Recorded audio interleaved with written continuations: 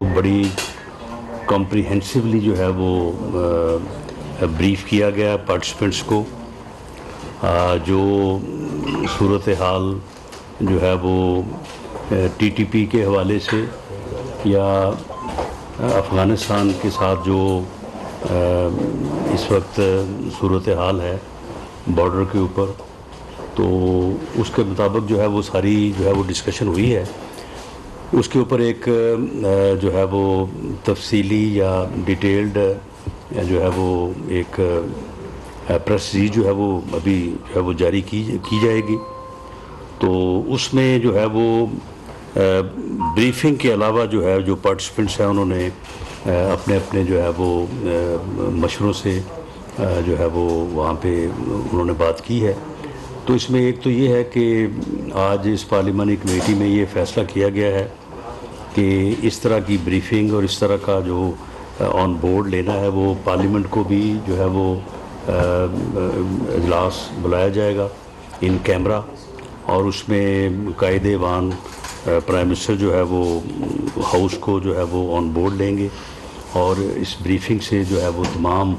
Parliament के मोअज़्ज़ज़ मेंबरान को जो है वो आगाह किया जाएगा, और पार्लियामेंट की ओनरशिप में और गाइडेंस में जो है ये मुज़ाकरात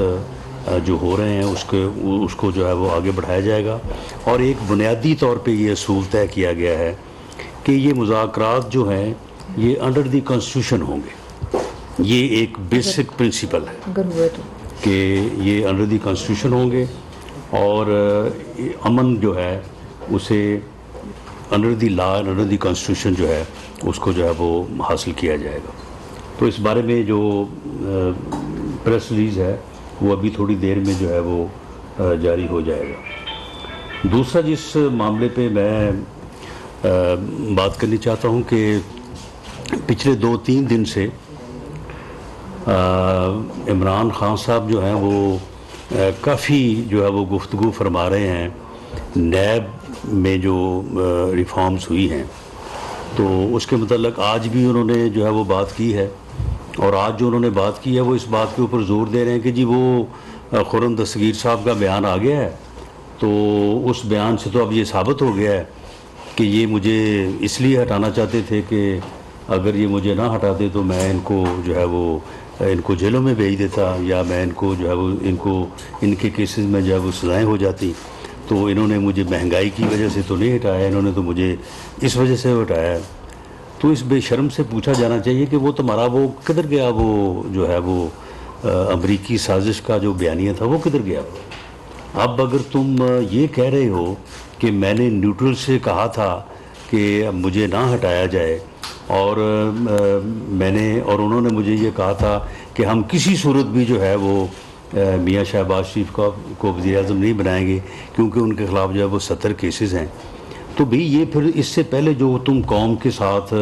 फ्रॉड करते रहे हो, कौम के साथ ये बात करते रहो कि जी वो एक साजिश है, उस साजिश के नतीजे में जो है वो मुझे जो है वो हटाया गया है। अब ये तुम बिल्कुल ही एक मुख्तलिफ जो है वो, जब वो बात तुम्हारी नहीं चल सकता कि एक मुख्तलिफ जो है वो बात लेके आ गए हो। और जहाँ तक नैब लाज में रिफॉर्म्स का तल्लक है, वो भाई ये 90 दिन का रिमांड जो है वो अब CRPC के तहत जो है वो जो एक यूजुअल रिमांड है कत्ल केसेस में, बाकी हीनियस ऑफेंसेस में, अगर उसको नाफिज किया गया है, CRPC को नाफिज किया गया है, तो भाई हमने तो 90 दिन के रिमांड काटे हैं ना। अब अगर रिमांड का अरसा जो है वो 14 दिन पे जो है वो लिमिट हुआ है, तो इसका फ़ायदा जो हो आपको पहुँचेगा। आपकी जो वो है फराह गोगी उसको पहुँचेगा। आपके साथ वो जो एहसन जमील गुजर साहब जो आपके फ्रंट मैन के तौर पे, उन दोनों मियाँ बीवी का जो है वो प्राइम मिनिस्टर हाउस में जो है वो आना जाना एज फैमिली मेंबर था।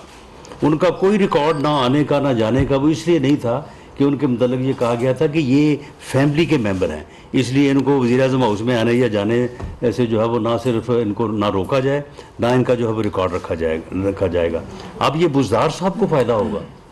कि वो उनका रिमांड जो है वो उनको 90 दिन का रिमांड जो है वो नहीं काटना पड़ेगा। अब ये आपके लोगों को, आपके फ्रंट मैनों को, आपके इर्द गिर्द जो माफिया था जिसने 3.5-4 साल जो है वो मुल्क को लूटा है, और इस अंदाज से लूटा कि जहाँ कहीं जो है वो हाथ डालते हैं या पताजोई करते हैं तो वहाँ पे जो है वो आपके फ्रंट मैनों का जो है वो नाम निकलता है। बनी गाला अगर देखते हैं तो वहाँ पे 240 कनाल अराजी जो है वो निकल आती है। अगर वो अलकादर ट्रस्ट देखते हैं तो वहाँ पे आज इस बात को जो है वो 10 दिन हो गए। मैंने बड़ा कैटेगोरिकली इमरान खान साहब ये बात की है आपसे मुतल्लक कि आपने एक जो है वो बंदे का 50 अरब रुपया जो है, जो कि इंग्लैंड से, यूके से वापस आना था कौमी ख़जाने में, जो पाकिस्तान के लोगों की मलकियत थी, जो वहाँ पे वो पैसा पकड़ा गया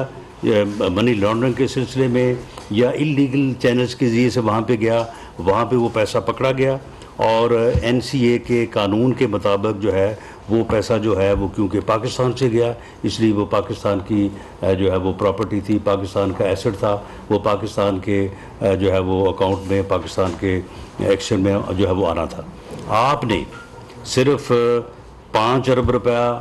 आपने खुद हासिल किया और 2 के मतलब जो है वो आपका जो फ्रंट मैन था शहजाद अकबर, तो आपने 7 अरब हासिल करके तो कौम का जो है वो 43 अरब रुपए का जो है वो आपने जो है वो नुकसान किया, और वो रकम जो है वो उसके लाइबिलिटी अकाउंट में या जो फ़ाइन अकाउंट है उसमें आपने जो है वो एडजस्ट करवाई। आपने इसके ऊपर आज तक बात की है। 240 कनाल अराजी जो है वो आपने जो है वो फरा गोगी के नाम के ऊपर आपने यहाँ बनी गाला में जो है वो आपने ली है। आपने इस बात का जवाब दिया है कि वो जो अराजी है वो बैरिया टाउन से किस खाते में जो है वो उसके नाम आई।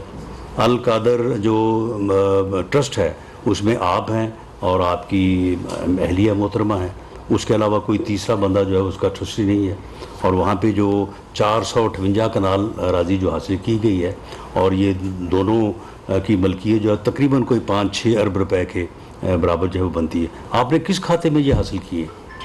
किस चक्र में जो है वो आपको ये दिए गए हैं? और वहाँ पे वो यूनिवर्सिटी की जो वहाँ पे कंस्ट्रक्शन होनी है सारा कुछ जो है उसका भी आपके साथ जो है वो मुआहदा किया गया है। और ये उन्हीं दिनों में जो है वो किया गया है जब आपने 50 अरब रुपया जो है उसका उनको बेनिफिट दिया,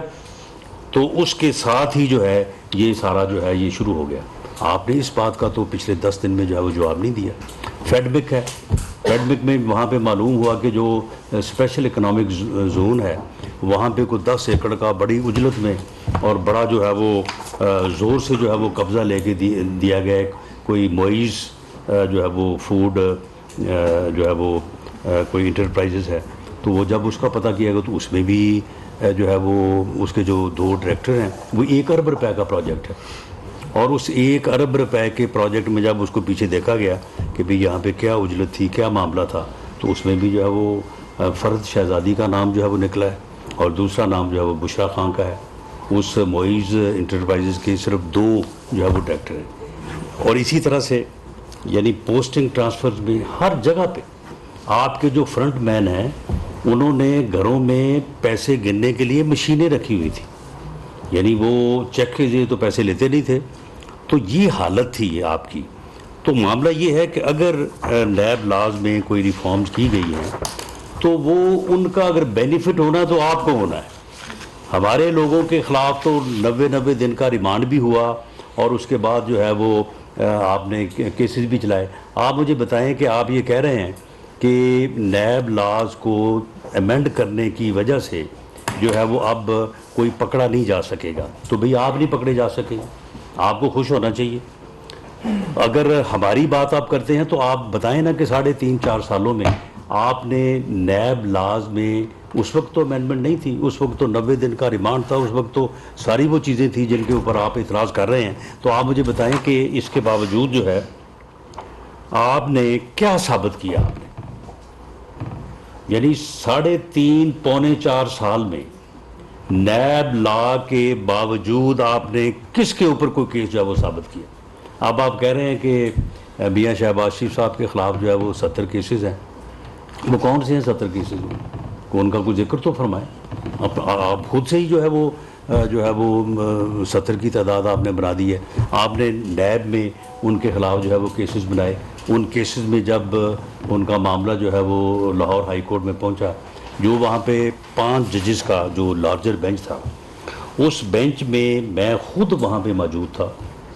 वहाँ पे बेंच के इस्तफसार के ऊपर बाकायदा वहाँ पे नैब ने ये बयान दिया कि जी करप्शन का तो हमारा इल्ज़ाम ही नहीं है, हम इसमें कोई करप्शन की जो है वो हम जो है वो बात जो है वो नहीं कर रहे। तो उसके बाद फिर जब उनकी बेल हो गई तो आपने वही केस उठा के जो है वो आपने FIA को दे दिया। यानी आप इस तरह से जो है वो अदारों को मिसयूज़ करते रहे और कानून को जो है वो आप जितनी भी सख्ती से आप इम्प्लीमेंट करने की कोशिश करते रहे, तो उसके नतीजे में क्या आपने साबित किया? जो चीज़ आप 3.5 पौने 4 सालों में साबित नहीं कर सके, अब आप उसके ऊपर कौन सी बात कर रहे हैं कि जी ये चीज़ें जो है ये अब साबित नहीं हो सकेगी। इससे पहले आपने क्या साबित किया? आपने वहाँ पे जजेस लगाने की जो बात की, मामला ये है कि आप रिटायर्ड लोगों को, यानी रिटायर्ड डिस्ट्रिक्ट एंड सेशन जजेस को आपने कानून बनाया कि उनको हाई कोर्ट के जज के बराबर जो है मुराद दी जाए और उनको जो है वो अकाउंटेबिलिटी कोर्ट्स में जो है वो जज लगाया जाए, सिर्फ इसलिए कि आप ऐसे लोगों को ढूंढना चाहते थे, ऐसे लोगों को ढूंढ के जो आपकी जो है वो आपके इंतकाम पे मबनी एजेंडे को आगे बढ़ाएं और वो जो है वो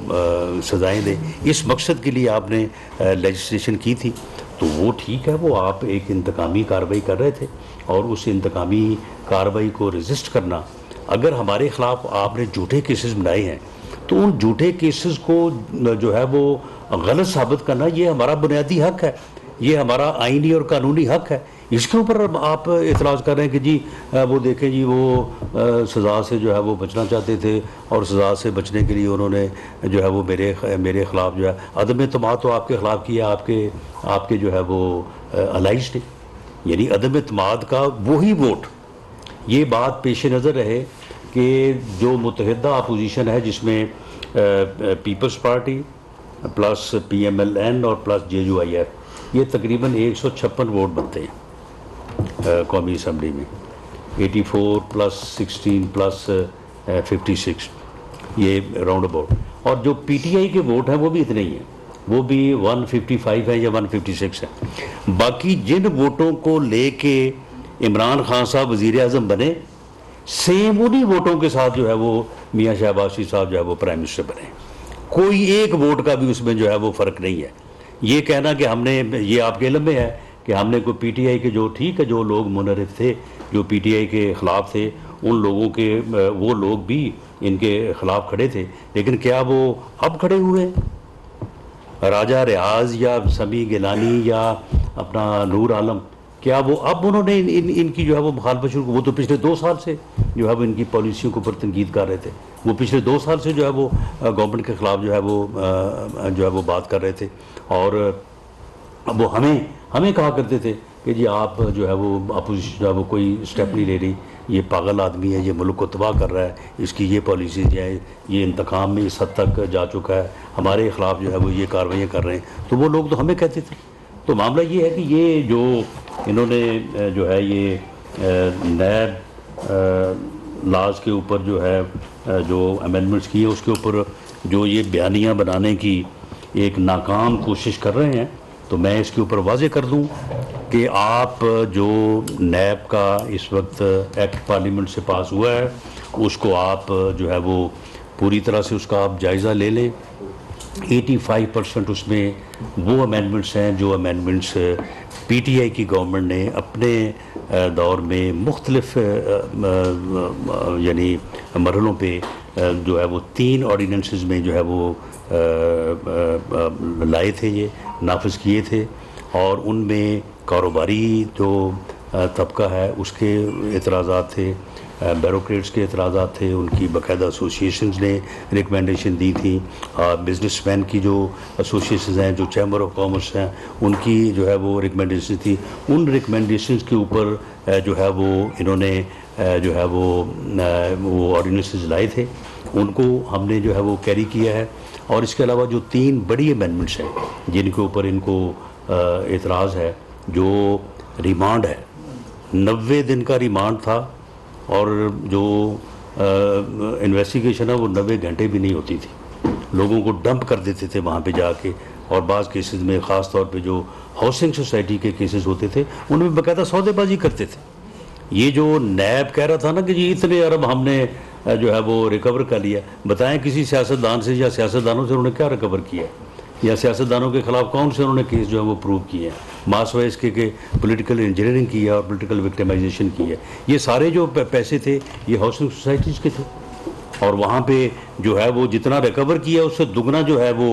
नैब के लोगों की जेबों में जो है वो गया है। तो इसके ऊपर तमाम यानी अदालत उज़्मा की भी और अदालत आलिया की भी जो है वो 20 फैसले हैं कि जिसमें यह कहा गया कि ये काला कानून है और ये कोई जवाज़ नहीं बनता कि 90 दिन तक जो है वो लोगों को